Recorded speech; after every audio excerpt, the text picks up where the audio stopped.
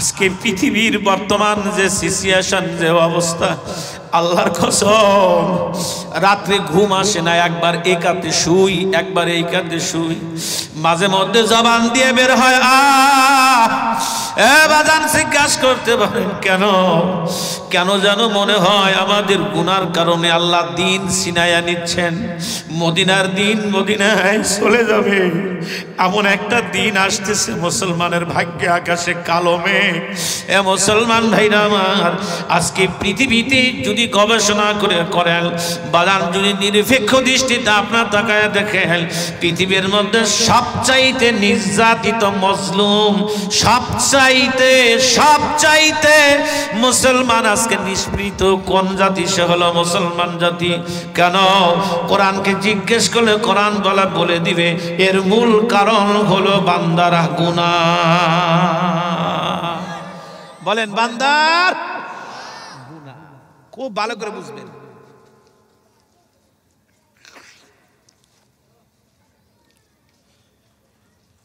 মিলিয়ে দিচ্ছি আমি, 1500 মুসলমান নিয়ে বিজয়, আর বর্তমান মুসলমানের সংখ্যা প্রায় 200 কোটির ঊর্ধ্বে। এরপরও মুসলমানের দেশে অনেক অস্ত্র, অনেক টাকা পয়সা, এত মুসলমান সামরিক শক্তি থাকার পরেও নির্যাতিত কেন? মজলুম প্রতিনিয়ত যাদের আত্মচিৎকারে আকাশ বাতাস মুখরিত হয়, অথচ তখন ছিল 313, এখন 200 কোটির ঊর্ধ্বে। এখন কোরআন হাদিসের দৃষ্টিতে আমাদের গবেষণার বিষয় দেখি মুসলমান 200 কোটি না আরো কম, এটাকে দেখা দরকার। মুসলমান কাহাকে বলা হয় এটার ব্যাখ্যায় আগে আসেন, কথা কয় না, দেখি আগে মুসলমান কারে কয়, কোন মুসলমানকে আল্লাহ বিজয়ের কথা বলছেন দেখি।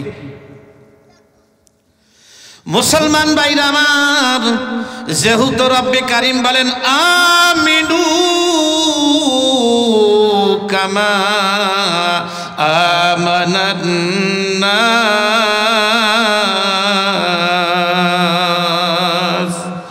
আরো জোরে বলেন আল্লাহু আকবার, আরো জোরে বলেন আল্লাহু আকবার। যদি সূরা নূরের 55 নম্বর আয়াতে কারিমের দিকে তাকান বাজান, সূরাতুন নূরের 55 নম্বর আয়াতে আল্লাহ পরিষ্কার করে বলছেন, দেখতো কণ্ঠে আল্লাহ বলছেন সূরাতুন নূরের 55 নম্বর আয়াতে, বিসমিল্লাহির রহমানির রহিম, ওয়া'দাল্লাহুল্লাযীনা আমানু মিনকুম وعملوا الصالحات ليستخلفنهم في الأرض كما استخلف الذين من قبلهم وليمكنن لهم دينهم الذي ارتضى لهم وليبدلنهم من بعد خوفهم أمنا। আল্লাহু আকবার, জোরে কোন, আরো জোরে বলেন। টেনশনের কোনো কারণ নাই। আল্লাহ কয় 2 আমলে আমি 3টা জাতীয় সমস্যার সমাধান করে দিব। বান্দা তোমরা 2টা কাজ করবা, আর আমি আল্লাহর দায়িত্ব ওয়াদা করতেছি তোমাদেরকে এই পৃথিবীর সবচেয়ে বড় 3টা সমস্যার সমাধান আমি দেব। কথাটা ঠান্ডা মাথায় বোঝেন, এদিক সেদিক তাকায়েন না, আমি বুঝাইতে পারবো না। আমি এই আয়াত দিয়ে হাদিস দিয়ে আপনাদেরকে বুঝাইতেছি বর্তমান করণীয় কি বর্জনীয় কি। কিন্তু অনুরোধ আর পায়ে ধরতেছি, এত কষ্ট করে কথা বলতেছি, বলার পরে যদি এটাকে মাইনাস আর বাইপাস করেন, যদি আকড়ায়া না ধরেন, আর যদি না মানেন, তাহলে কিন্তু ব্যর্থ। কথা বলেন, তাহলে কি ব্যর্থ। অতএব আপনাদের কাছে আমার রিকোয়েস্ট, মুসলমান হিসাবে যে মেসেজটা আজকে দিব, এখান থেকে বের হওয়ার জন্য মানতে রাজি আছে কিনা, একের অন্তর থেকে বলেন মানতে রাজি আছে কিনা। কে কোন দল করেন ওইটা আমার দেখার বিষয় না, মুসলমানকে আগে হাত উঠান, তাই দেখে যাবে, তাইলে এখন কথা বলা যাইতে পারে। হাত না মান, যদি মুসলমান হন তাহলে মানতে হবে। কথা বলেন, কি মুসলমান হইলে বলেন, মুসলমান হইলে তো এই কোরআন মানতে গিয়ে যদি কে কোন দল করেন জানি না, এক একটা দল হয়তো করতে পারেন। আপনার দলের যদি প্রধান বলে, আপনার এই থানা সভাপতি, জেলা সভাপতি, কেন্দ্রীয় নেতৃবৃন্দ যদি বলে না কোরআনের এই আয়াতটা আমাদের সাথে সাংঘর্ষিক, মানা দরকার নাই, আপনি কি করবেন? মানবেন? মানবেন না কোরআন? তাদের কথা মানবেন না কোরআন মানবেন? জোরে বলেন, তাদের কথা মানবেন না কোরআন মানবেন? এটা বিশ্বাস 100% সত্য। কে কে রাজি হাত উঁচু করেন।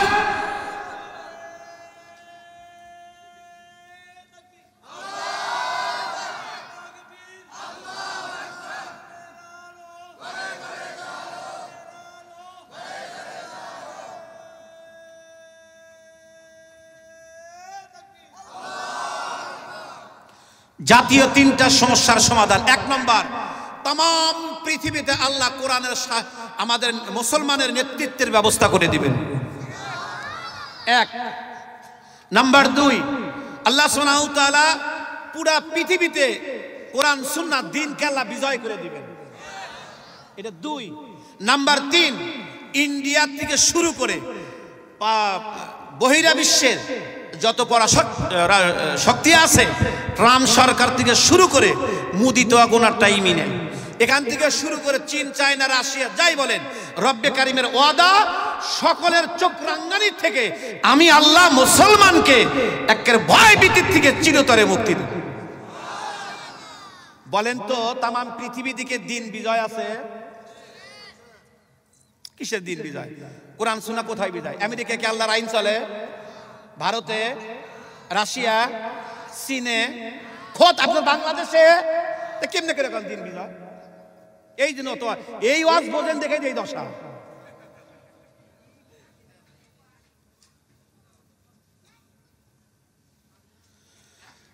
তাম পৃথিবীতে কোরআনী শাসন নাই, খেলাফত কায়েম নাই, খেলাফত প্রতিষ্ঠিত না। 2 নম্বর, ইসলামী হুকুমত নাই। রব্বে কারিম পরিষ্কার করে বলছেন, এবং আমরা প্রতিনিয়ত বিজাতিদের হাত থেকে নিরাপদ নই। রব্বে কারিম বলেন এই 3টার সমস্যার সমাধান আমি আল্লাহ দিব। উম্মত বান্দার কাজ হলো 2টা। বলেন বান্দার কাজ কয়টা? 1 নম্বর, ইমানদার হওয়া। বলেন 1 নম্বর, এইটা হলো ব্যাখ্যা। হুজুর বলেন কি আমরা সব মুসলমান, বাংলাদেশে 95% মুসলমান। আচ্ছা দেখি তাহলে মুসলমান কয়জন? মুসলমান বলা হয় যাদের ভিতরে 5টা আমল থাকবে। সুবহানাল্লাহ। আর এই 5টার সমষ্টি হলো সাহাবায়ে কেরামের ঈমান। সুবহানাল্লাহ। এই 5টার সমষ্টি সাহাবায়ে কেরামের ঈমান, যে ঈমানের প্রশংসা আল্লাহ কুরআনুল কারীমে বলছে। এই 5 বিষয় যদি মুসলমানের মধ্যে না থাকে সে পূর্ণাঙ্গ মুসলমান না। 1 নম্বর আকীদা। বলেন 1 নম্বর। 2 নম্বর ইবাদত, 3 নম্বর মুআমালাত, 4 নম্বর মুআশারাত, 5 নম্বর আখলাক। আমরা ধরা আকীদা। আকীদা শব্দের অর্থ হলো বিশ্বাস। আকীদা এমন একটা সাবজেক্ট, আকীদার কারণেই মুসলমান, আকীদার কারণেই হিন্দু, আকীদার কারণেই কাফের, আকীদার কারণে ইয়াহুদ, আকীদার কারণে নাসারা, আকীদার কারণেই আপনার বেরলবি, আকীদার কারণে শিয়া, আকীদার কারণে ইনামিয়া, আকীদার কারণে হুলুলিয়া, আকীদার কারণে কাদিয়ানি, আকীদার কারণে সাদিয়ানি, আকীদার কারণেই আপনার বাউল, আকীদার কারণেই এনায়েতপুরি, আকীদার কারণে সুরেশ্বর, আকীদার কারণে দেওয়ানবাগ, আকীদার কারণেই বিভিন্ন, এইভাবে আমার কাছে প্রায় 50টা ফেরকা আছে। আকীদা বিশ্বাস বলে কি? কাদিয়ানীদের বিশ্বাস হলো যে গোলাম আহমদ কাদিয়ানী শেষ নবী, আমার নবীকে তারা শেষ নবী মানে না। তাহলে যাদের এই আকীদা আছে, বিশ্বাস আছে, এ যদি সারা জিন্দেগি নামাজ পড়ে মুসলমান থাকবে? জোরে কোন? সারা দিন যদি রোজা থাকে রোজা হবে কেন? আকীদা খারাপ। বলেন কি? বলেন কি? আকীদা খারাপ। এরপরে আসেন শিয়া। শিয়াদের আকীদা হলো জিবরিল আমিন নবুয়ত দিবে হযরত আলী রাদিয়াল্লাহু তাআলা আনহুকে, কিন্তু ভুল করে দিয়েছে মুহাম্মদুর রাসূলুল্লাহকে। আচ্ছা এই আকীদা যারা করবে তারা মুসলমান? জিন্দেগি যদি নামাজ পড়ে কবুল হবে কেন? কি খারাপ? আকীদা খারাপ। তাহলে মুসলমানের জন্য প্রথম শর্ত হলো আকীদা। এখন ধরে নিলাম আমাদের আকীদা ঠিক আছে, এরপরে মুসলমান হওয়ার জন্য 2 নম্বর কাজ ইবাদত। বলেন কি? ইবাদত। আমি জিজ্ঞাসা করতে চাই, নামাজ পড়া কি ইবাদত? বলেন, নামাজ পড়া কি? রোজা রাখা কি? হ্যাঁ, রোজা রাখা, হজ করা, যাকাত দেওয়া ইবাদত। আমি জিজ্ঞাসা করতে চাই, এই বাংলাদেশের 95% মুসলমান দুই একজনকে বেনামাজি আছে? বেরোজাদার, টাকা হইছে যাকাত দেয় না, দুই একজন আছে? বেপরদা আছে, হারামখোর আছে, ঘুষখোর আছে, চোর কি আছে? বরং চুরির দিক দিয়ে বাংলাদেশ ফার্স্ট। কথা কন। আজ ব্যাংকে যাই, টাকা দেয় না, কয় ব্যাংক চুরি করে নিয়ে গেছে। কথা কয় না কেন? এই চোরের বাচ্চারা দীর্ঘদিন ছিল। এই চোর বাংলাদেশ থেকে আপনাদেরকে শপথ গ্রহণ করতে হবে, চোর জানি আর জীবনে না আসে। যে ঠিক কইছেন মনে হয় আপনার ওই দলে। জোরে কলা গো ঠিক, আরো জোরে কান ঠিক কিনা? কোন চোর যাতে আর না আসে, বলেন। আর কতকাল? আপনি কি জানেন মিয়া আপনি কত টাকা ঋণ? আপনার ফ্যামিলির সকলে কত টাকা ঋণ আপনি জানেন? মেজাজ কেমনে গরম হয়? ঠান্ডা মেজাজ গরম হয়, মাহফিলে বেশি মেজাজ গরম হয়। কেন গরম হয়? আর কত জুলুম, কত অন্যায়, কত অত্যাচার, কত অবিচার। 17 বছর খালি কান্দারে ওয়াজ করছি, অন্য ওয়াজ করতেই পারি না, জানেন? খুব কষ্ট লাগে, খুব দুঃখ লাগে। আজকে আমাকে ঋণ করে থেকে চলে গেল। আমরা সব ঋণ, প্রায় একটা মানুষ 1,75,000 টাকা ঋণ। আপনি হিসাব করে দেখেন কত হাজার কোটি টাকা তাহলে চলে গেছে, যে এই ঋণগুলো আমাকে আপনাকে দিতে হচ্ছে। বলে কেমনে দেয়? বলে হুজুর আমার কাছ থেকে কেউ টাকা চাইতে আসলো না। আরে রোহিঙ্গা, তোমার কাছে চাইতে আসবো কেন? তোমার জিনিসে ব্যাগ ধরবে। এই দেশের জনগণকে বুঝাইতে বুঝাইতে এই দেশের জনগণও শেষ, যে যা কয় তাই বুঝে। এই যে নির্বাচন আসতেছে না, আমি যতই ওয়াজ করি, জানেন না আপনি, আমি যতই ওয়াজ করি ওই যায় কবো যে হুজুর কবই। আবার যে সে কেমনে পরিবর্তন করবেন এই দেশকে? তো যে মুসলমান নামাজ পড়ে না, যে মুসলমান যাকাত দেয় না, যে মুসলমান হজ করে না, যে মুসলমান পর্দা করে না, যে মুসলমান সুদ খায়, যে মুসলমান ঘুষ খায়, যার মুখে দাড়ি নাই, যার মাথায় টুপি নাই, সুন্নাতি লেবাস নাই, যা বিড়ি খায়, সিগারেট খায়, ইয়াবা খায়, মুসলমান? কথা বলেন মুসলমান? তাহলে এখন হিসাব করেন মুসলমান কোথায়? আর আল্লাহর ওয়াদা মুসলমান হওয়া আগে। আল্লাহর ওয়াদা কি কি হওয়া আগে? 2 নাম্বার, মুসলমান খালি হলে হবে না, ওয়াদা ওয়া আমিলুস সলিহাত, নেক কাজ করো, ভালো কাজ করো। আমি আল্লাহ কি ওয়াদা, আল্লাহ ওয়াদা করলাম, যাও কাদের সাথে? আল্লাযিনা আমানু, যারা ঈমান আনছো, ওয়া আমিলুস সলিহাত, নেক কাজ করছো, যদি করতে পারো যাও, ওয়াদা করলাম পুরা পৃথিবীর নেতৃত্ব দিয়ে দিব। বুঝে থাকলে বলুন কোন সূরা? সূরাতুন নূর। বলেন কোন সূরা? কত নম্বর আয়াত? 55 নম্বর আয়াত। বলেন কত নম্বর আয়াত? 55 নম্বর আয়াত। তাহলে কোরআনের এই কথা দ্বারা আমরা বুঝতে পারলাম, ক্লিয়ার বুঝতে পারলাম সেটা কি। বলে এই দেশে শান্তি যদি আনতে চান গুনাহ বর্জন করতে হবে। বলেন কি করতে হবে? এবং নেক আমল করতে হবে। বলেন কি করতে হবে? রাসূল বলেন আর একটা কাজ তোমাদের করতে হবে, সেটা কি? কোরআন আর সুন্নাহকে মজবুত করে ধরতে হবে। কোরআন এবং সুন্নাহকে, হাদিসকে খুব মজবুত করে ধরতে হবে। তামাসসাকু তারাকতু ফীকুম আমরাইন লান তাদিল্লু মা তামাসসাকতুম বিহিমা কিতাবাল্লাহ ওয়া সুন্নাতে নবিয়্যিহি। আমি রাসূল বলতেছি, বলুন তো আমার নবী জীবনে কি কোনো মিথ্যা বলছেন? রাসূলের জবান দিয়ে কোনো মিথ্যা বের হইতে পারে?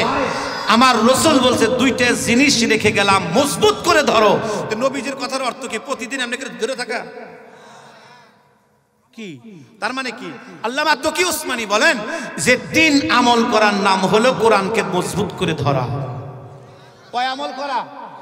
1 নম্বর হলো কোরআনকে সহি শুদ্ধ করে তেলাওয়াত করা। বলেন 1 নম্বর কোরআনকে সহি শুদ্ধ করে তেলাওয়াত করা। 2 নম্বর কোরআনের উপর আমল করা। বলেন কোরআনের উপর। 3 নম্বর কোরআনের বিধান সমাজে বাস্তবায়ন করা। সুবহানাল্লাহ কইলেন না? কোরআনের বিধান সমাজে কি করা? আমরা শুধু হুজুরা বললাম কোরআন শান্তির প্রতীক, আপনারাও শুনলেন, কিন্তু কোরআনটাকে রেখে দিয়েছে শুধু মসজিদের তাকে। আর যারা ডেমোক্রেসি, সক্রেটিস, প্লেটো এদের মতাদর্শে বিশ্বাসী গণতন্ত্র, যারা এদের গণতন্ত্রে বিশ্বাসী হয়ে যারা দেশ চালায়, ওদের বিশ্বাস হইলো যে হুজুরদের কাম কোরআন দুনিয়া আসছে, আমরা আকামা কুকামা করে মরে যাবো আর হুজুর আঙ্গুর খতম করব। আসলে কি কোরআন এটার নাম? কোরআনের কাজটা কি এটা তো আপনাকে বুঝতে হবে। আল্লামা তকি ওসমানী বলেন কোরআনের 3 নম্বর কাজ হলো কোরআনের বিধান সমাজে বাস্তবায়ন করা। কোরআন যেমন ব্যক্তিগত জীবনে থাকবে, কোরআন এনায়েতপুর থানায় থাকবে। কোরআন যেরকম ব্যক্তিগত জীবনে থাকবে, কোরআন ব্যাংকে থাকবে। কোরআন যেমন ব্যক্তিগত জিন্দেগি থাকবে, কোরআন হাইকোর্টে থাকবে, কোরআন জজ কোর্টে থাকবে, কোরআন সুপ্রিম কোর্টে থাকবে, কোরআন সংসদে থাকবে। একটু ঠিকঠাক জোরে বলতো আপনারা, দেখি আমার লাগতেছে কথা ঠিক কিনা বলেন। কোরআন সব জায়গায় থাকতে হবে, তখন নাই বুঝবেন যে কোরআন কাহাকে বলে। কোরআন যদি আজকে সে জায়গায় থাকতো, আল্লাহে আমি আল্লাহর কসম খেয়ে বলতে পারি এত চোর জন্ম নিত না। আমি বাস্তব উদাহরণ দেখাই, এরকম পৃথিবী একটা দেখাই, যদি দেখাই তাহলে সারা রাত লাগবে, একটা একটা করে সিরিয়াল করে দেখাবো।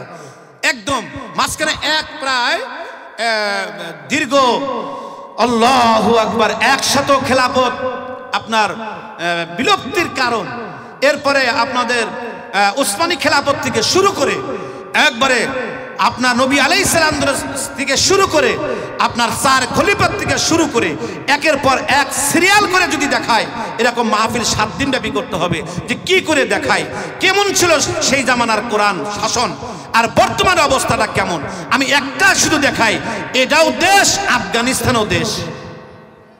আফগানিস্তানের নাম কি শুনছেন? আল্লাহু ইলাইকা লিতুখরিজান নাস মিনাদ যুলুমাতি ইলান নূর।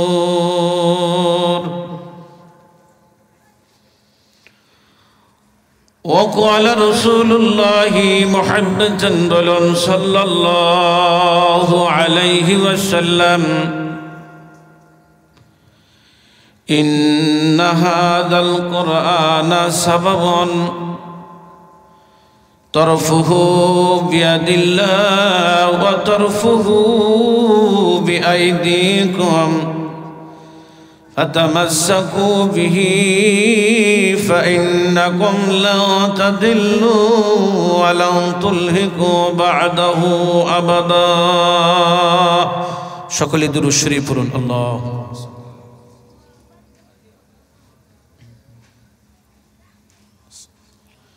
দুরূদ শরীফ পড়তেছেন কি আপনারা? দুরূদ ইব্রাহিম পড়ুন। আল্লাহুম্মা সাল্লি আলা মুহাম্মাদ ওয়া আলা আলি।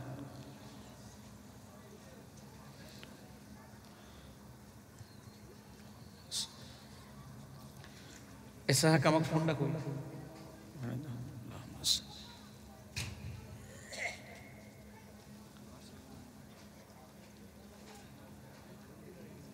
কোনে ছিলাম, এখানে রাখলাম।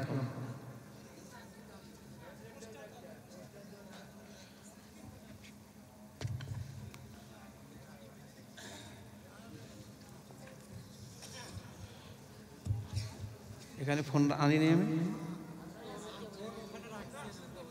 ফোন কই মনে হয় ভুলে নিস। যাও তো দ্বিতীয় বক্তা যিনি আসলেন এখন হয়তো ভুলে নিছে, টের পাই। জনাব সাহেব সদর ঐতিহ্যবাহী খামার গ্রাম পশ্চিমপাড়া, তাই না, বাইতুন নূর জামে মসজিদ তথা যুব সমাজ কর্তৃক আয়োজিত ঐতিহাসিক তাফসীরুল কোরআন মাহফিলের সবার মধ্যমণি পরম শ্রদ্ধেয় শ্রদ্ধাভাজন সম্মানিত সভাপতি,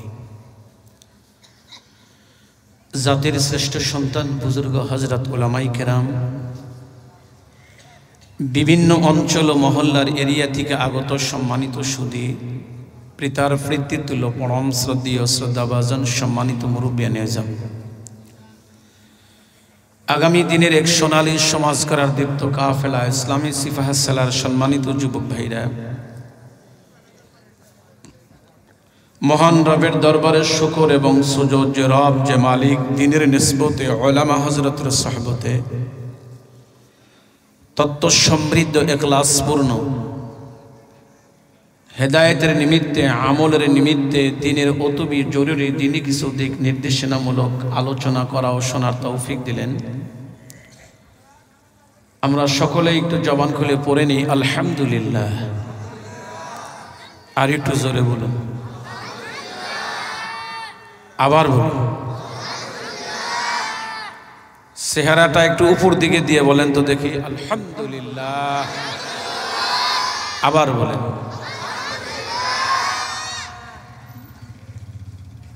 মন চাইতেছে যদি এমন হতো ওয়াজের পরিবর্তে ফজর পর্যন্ত আপনাদেরকে নিয়ে শুধু কালেমাতুশ শুকরিয়া আদায় করতাম। বলে হুজুর তাহলে বয়ান করবেন কখন? আর আপনি শুধু কালেমাতুশ শুকর আদায় করতে চাইলেন, কারণ কি?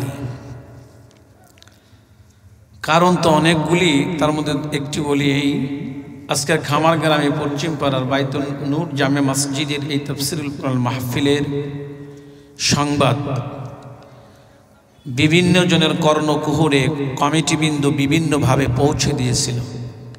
পোস্টারিং, মাইকিং, ব্যানার, অনলাইন বিভিন্নভাবে পৌঁছে দিয়েছিল। অনেক আল্লাহর বান্দার কর্ণকুহরে পৌঁছে গিয়েছিল। অনেক আল্লাহর বান্দার আসার সুযোগ ছিল, এখনো সুযোগ আছে। সুযোগ থাকা সত্ত্বেও আসতে, জোরে বলেন, আসতে পারে নাই। আবার আপনাদেরও চলে যাওয়ার সুযোগ আছে। আসলে আমি তো বাচ্চা বলা মানে কথা বলতে পারি না, সমস্যা এটা। এখানে কি করেন ভাই, আপনি কি করেন?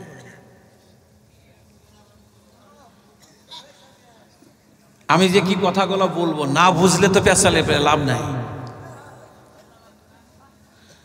আমি আলোচনাগুলো আপনাদের মিষ্টির মতো খাওয়াইতে চাই। না বুঝলে তাহলে তো কেমন হলো? এই জন্য খুব আদবের সাথে বসেন। আবার আপনাদেরও চলে যাওয়ার সুযোগ আছে। দেখেন গেট খোলা আছে, সুযোগ থাকা সত্ত্বেও আপনারাও যাইতে পারেন না। অনেকে আসতে পারেন আর আপনারা যাইতে পারেন না। বলেন তো এই দুই শ্রেণীর মানুষের মধ্যে পার্থক্য আছে না নেই? একটু জোরে বলেন না। পার্থক্যটা কি? যারা আপনারা এখানে আসছেন, আসার সুযোগ পেয়েছেন, আপনারা সবাই আল্লাহ এবং রসুলের মেহমান। সুবহানাল্লাহ। মেহমান যত দামি হয় তার আগমনে আয়োজনটাও কিন্তু ভিআইপি হয় এবং অন্যান্য দিনের তুলনায় আদর আপ্যায়নটাও একটু ব্যতিক্রম হয়। শাহজাদপুরে একটা মাহফিলে গেছিলাম গত বছর। আমাদেরকে যে খাবার দাবারের আয়োজন করলেন তাতে গুইনা দেখলাম প্রায় 53 প্রকারের আইটেম। জিজ্ঞাসা করলাম এটা কি করে সম্ভব? একজনের পক্ষে তার রান্না সম্ভব না। হুজুর অতি সহজ। আমি চিন্তা করলাম, আমি দেখতেছি কঠিন, এরা কয় সহজ, কারণ কি? তো হুজুর একজনকে আমরা একভাবে দায়িত্ব দিয়েছিলাম যে একজন একটা দিবে। এরকম 53 জন লোকের লিস্ট করছি যে 53 জনের 53 রকমের আইটেম। তো একজনের পক্ষে একটা সহজ, আর আমাদের আনতেও সহজ। তা আমরা বললাম একটা করে তো খাইতে পারবো না। করলেন কেন? বলে আমরা জানি খাইতে পারবেন না। তা আমি বললাম করলেন কেন? কয় যে খুশি হবেন। সুবহানাল্লাহ। অর্থাৎ আমি বুঝাইতেছি মেহমান আসলে অন্যান্য দিনের সে আদর আপ্যায়নটাও কি হয়, একটু ব্যতিক্রম হয়। প্রশ্ন করতে পারেন, হুজুর আমরা তো আল্লাহ এবং রসুলের মেহমান, হুজুর আমাকে আদর আপ্যায়ন দ্বারা কি করা হলো? খাইলেন তো আপনারা। আজকের যত আয়োজন হুজুর আপনাদের পেটে, আমাদের পেটে তো না। তা আমাদের মেহমানদারি কি দ্বারা হলো? হাদিসের মধ্যে আসছে, আপনারা যারা এখানে আসছেন যদি ইখলাস থাকে যে আলেম ওলামা আসবে, দুটি দিনের কথা শুনবো এবং আমল করব, তওবা করব, যদি ইখলাস থাকে, প্রথম মেহমানদারি হলো জীবনের সব গুনাহ মাফ। একটু জোরে কইলেন না? এই জন্যই আমার মন চাইতেছে যে শুধু পড়তে থাকি আলহামদুলিল্লাহ। যে এই জায়গায় আসার কারণে যদি আল্লাহ জীবনের সব গুনাহ মাফ করে দেন, বলুন তো এর চেয়ে সৌভাগ্যশালী ব্যক্তি কার আছে? আমি জিজ্ঞাসা করতে চাই, আব্বা একটু জবান খুলে বলেন, আমাদের গুনাহ আছে না নাই? জোরে কোন। কি গুনাহ লইয়া কবরে যাওয়ার নির্দেশ, না গুনাহ ছাড়িয়া কবরে যাওয়ার নির্দেশ? আল্লাহ আপনি আমাদেরকে কবুল করেন। তো সম্মানিত সুধী, আজকের এই খামারগ্রাম পশ্চিমপাড়া যুবকদের উদ্দেশ্যে আয়োজিত মাহফিল, এখন জানি না যারা আয়োজন করছে ওরা কোথায়। ওদেরই শোনা উচিত বেশি ছিল। যে ওলামায়ে কেরাম কি বলে, আমরা আগে শুনি, আমরা নিজেরা গঠন হই। যুবক যদি গঠন হয়, সমাজ গঠন হবে, এর মধ্যে কোনো সন্দেহ নেই। তা আমার যেহেতু দীর্ঘ সময় না, আমার মাহফিল এটা আমার না, এখানে আমি এই হিসাবে এদেরকে দাওয়াত আমি নিয়েছি, এখান থেকে আর একটা প্রোগ্রামে যাব। তো আমি চাচ্ছি যে 1 ঘন্টার সময়ের মধ্যেই যেন আল্লাহ আমাকে 10 ঘন্টার বরকত দান করেন। তো কি সাবজেক্ট নিয়ে কথা বলবো, কোন বিষয় নিয়ে কথা বলবো, বিষয়টি উপস্থাপন করার আগে আমি আপনাদেরকে জানাতে চাচ্ছি, আপনারা জানেন আমরা বর্তমান যে পৃথিবীতে বাস করি, এই পৃথিবীতে প্রায় 228টি রাষ্ট্র। 228টি রাষ্ট্রের ভিতরে প্রায় 195টি স্বাধীন রাষ্ট্র। 195টি স্বাধীন রাষ্ট্রের মধ্যে সবচেয়ে গুরুত্বপূর্ণ অন্যতম পরিচিতি যে দেশ, সেটা হলো আমার মাতৃভূমি বাংলাদেশ। আমরা এক সময় ভারতবর্ষে ছিলাম, আমরা সংখ্যালঘু এবং ধর্মের ভিত্তিতে স্বাধীন করেছিলাম পাকিস্তান। আবার পাকিস্তান থেকে আজ থেকে নিয়ে প্রায় 54 বছর হলো 3 কারণে স্বাধীন করেছিলাম এই দেশটাকে। সাম্য, মানবিক মর্যাদা, সামাজিক ন্যায় বিচার। পাকিস্তানের কাছে 3টি জিনিস 100% না পাওয়ার কারণে আবার পাকিস্তান থেকে বাংলাদেশকে 1-2টি না প্রায় 30 লক্ষ শহীদের রক্তের বিনিময়ে স্বাধীন করতে হয়েছে বাংলাদেশ। খুব ভালো করে বুঝবেন কথাগুলি, যে মেসেজটা আমি আপনাদেরকে দেওয়ার জন্য আগ্রহী। আজ প্রায় 54 বছর হলো দেশটা স্বাধীন হয়েছে, স্বাধীন করেছে। যে কারণে স্বাধীন হয়েছে, অনেক দলের পরিবর্তন হলো, অনেক নেতার পরিবর্তন হলো, অনেক মন্ত্রীর পরিবর্তন, এমপির পরিবর্তন, চেয়ারম্যানের পরিবর্তন, মেম্বারের পরিবর্তন, এসপি ডিসির পরিবর্তন। যে কারণে আমরা স্বাধীন করেছি তার 100% বাস্তবায়ন আজও পাই নাই। জোরে বলেন, কথা ঠিক না ঠিক? খুব গভীর মনোযোগ সহকারে শোনার জন্য চেষ্টা করবেন। সম্মানিত সুধী, বরঞ্চ দিন যতই যাইতেছে অশান্তির গরম আবহাওয়া আমাদের দিকে ধেয়ে আসছে। বরং যে দিনটা যায় সেদিন ভালো, পরের দিনই। আমার কথা কি বুঝতেছেন আপনারা? যে দিনটা যায় সেই দিন ভালো, পরের দিনই। প্রতিনিয়ত এমন কোনো ঘটনা নাই যে দেশে ঘটে না। আতঙ্কের মুখে আমরা সবসময়, বহিরা শক্তির কালো রাঙ্গানো চোখে আমরা কালো নজরে তাদের আছি, কখন যেন কি ঘটে যায়। সব সময় আমাদের পেরেশানি। কেন? কিসের জন্য? শুধু আমার এই দেশ না, আপনি যদি বহিরা বিশ্বের দিকে তাকান, তামাম পৃথিবীতেও এক অশান্তির গরম আবহাওয়া ভেসে আসতেছে। আমাদের প্রেক্ষাপট বর্তমান যা বুঝতেছি, কেন যেন গজওয়াতুল হিন্দের একটা দামামা নমুনা কেমন যেন ভেসে আসতেছে। তামাম পৃথিবী 3য় বিশ্বযুদ্ধের কেমন যেন একটা দামামা বেজে চলছে। প্রথমত প্রশ্ন হলো কেন, এবং এখান থেকে আমাদের বাঁচার উপায় কি? এটাই হলো আলোচ্য বিষয়। বলেন, আমার ওয়াজ কি বুঝাইতে পারছি? আমার আলোচ্য বিষয় কি? যে বর্তমান এই সিচুয়েশন, এই পরিস্থিতি কেন, কি কারণে হলো। 2 নম্বর, এখান থেকে আমাদের বাঁচার উপায় কি। তাহলে এটার সমস্যার সমাধান প্রথমত নিতে হবে আমাদের কোরআনের কাছ থেকে। সুবহানাল্লাহ। কার কাছ থেকে নিতে হবে?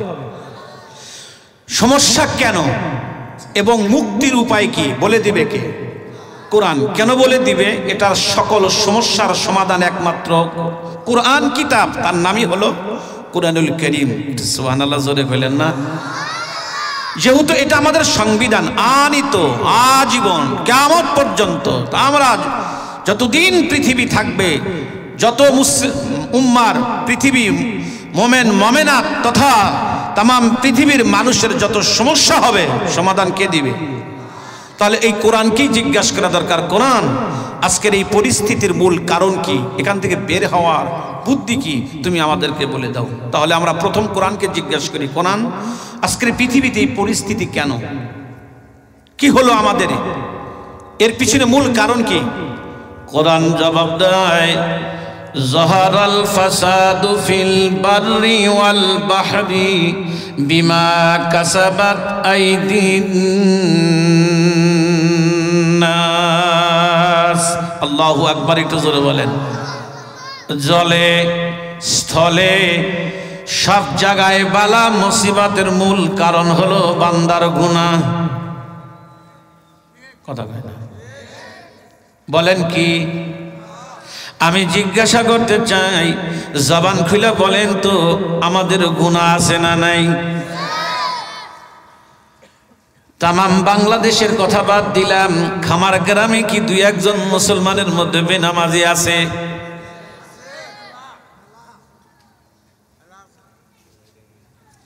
খামার গ্রামে দুই একজন কি বিড়িখোর আছে?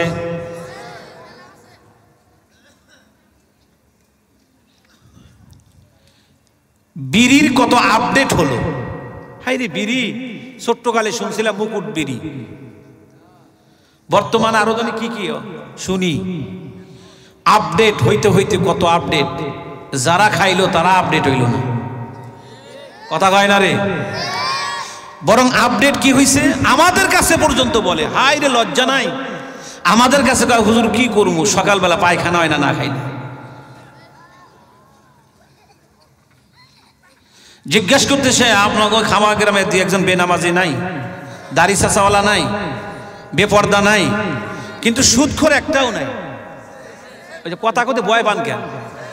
ঘুষখোর মনে হয় একটাও নাই।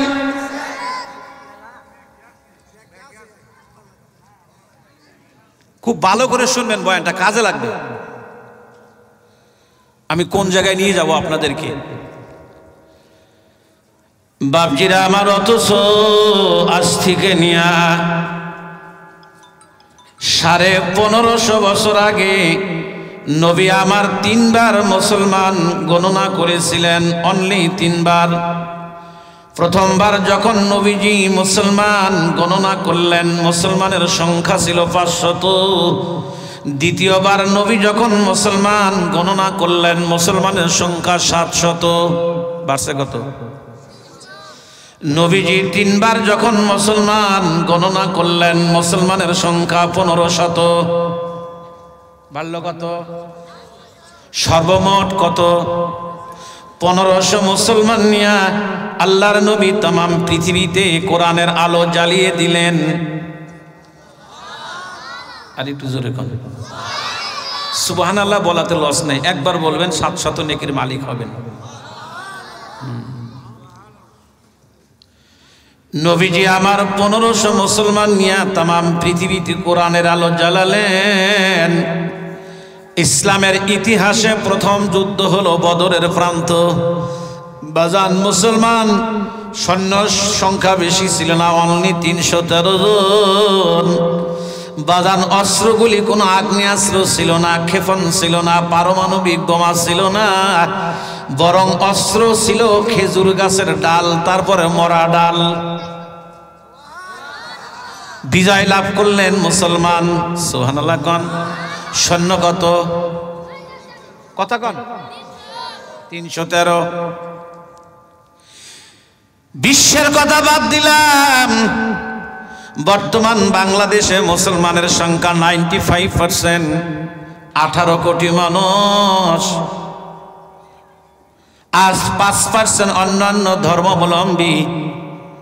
বলুন তো, দুঃখের সাথে বলতে হয়, এই দেশের মুসলমান ইন্ডিয়ার থেকে বলে আমরা হইলাম, এদেশে যারা হিন্দু আছেন তারা সংখ্যালঘু, কিন্তু কার্যক্ষেত্রে চিন্তা ভাবনা করে দেখি আমরাই সংখ্যালঘু। কথা কন না কেন? স্বাধীনতার পর থেকে কয়টা হিন্দু জবাই করছেন? কোন মন্দির ভাঙছেন? এইবার যে মূর্তিগুলা পূজা হইলো দুই একটা ভাঙছেন? বরং আমিও একটা 3টা মূর্তির সভাপতি আমি ছিলাম। থানার ওসি ডাক দিয়ে নিয়ে বেলকুচিতে আমারে বানাইছে। আমি তো যাইনি অবশ্য, লোকজন দিয়ে বলছে দেখো সে কি খবর টবর হন্টন দিয়ে আমি নিজে বলছি যে দেখো তাহলে মূর্তি পাহারা দিলাম, মন্দির পাহারা দিলাম, ওদেরকে কোলে উঠায় রাখলাম, আজও রাখতেছি। কিন্তু দুঃখজনক হলো সত্য, যাদেরকে বুকে রাখি পকেট থেকে ছুরি বের করে আমাদেরই জবাই করে। আমি কি বুঝাইতেছি? আমাদের অবস্থানটা কোথায়? আমরা যাচ্ছি কোথায়?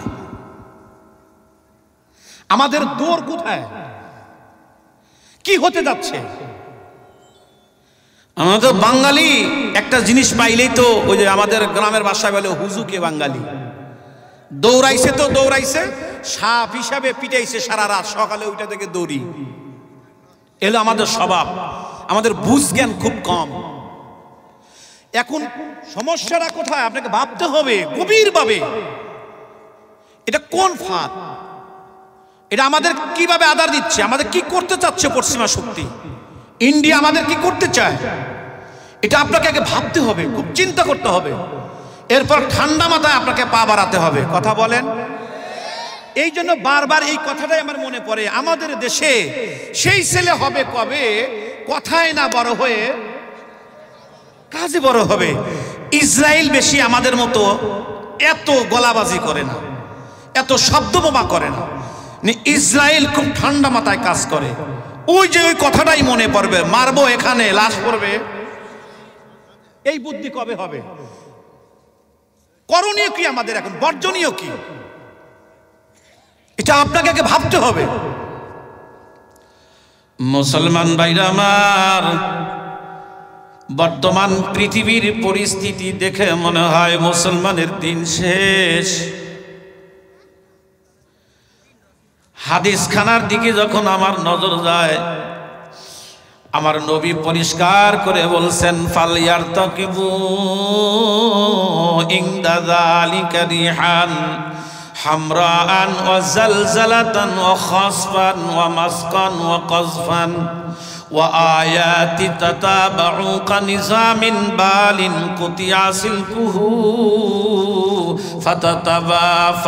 ফাতাতাবা।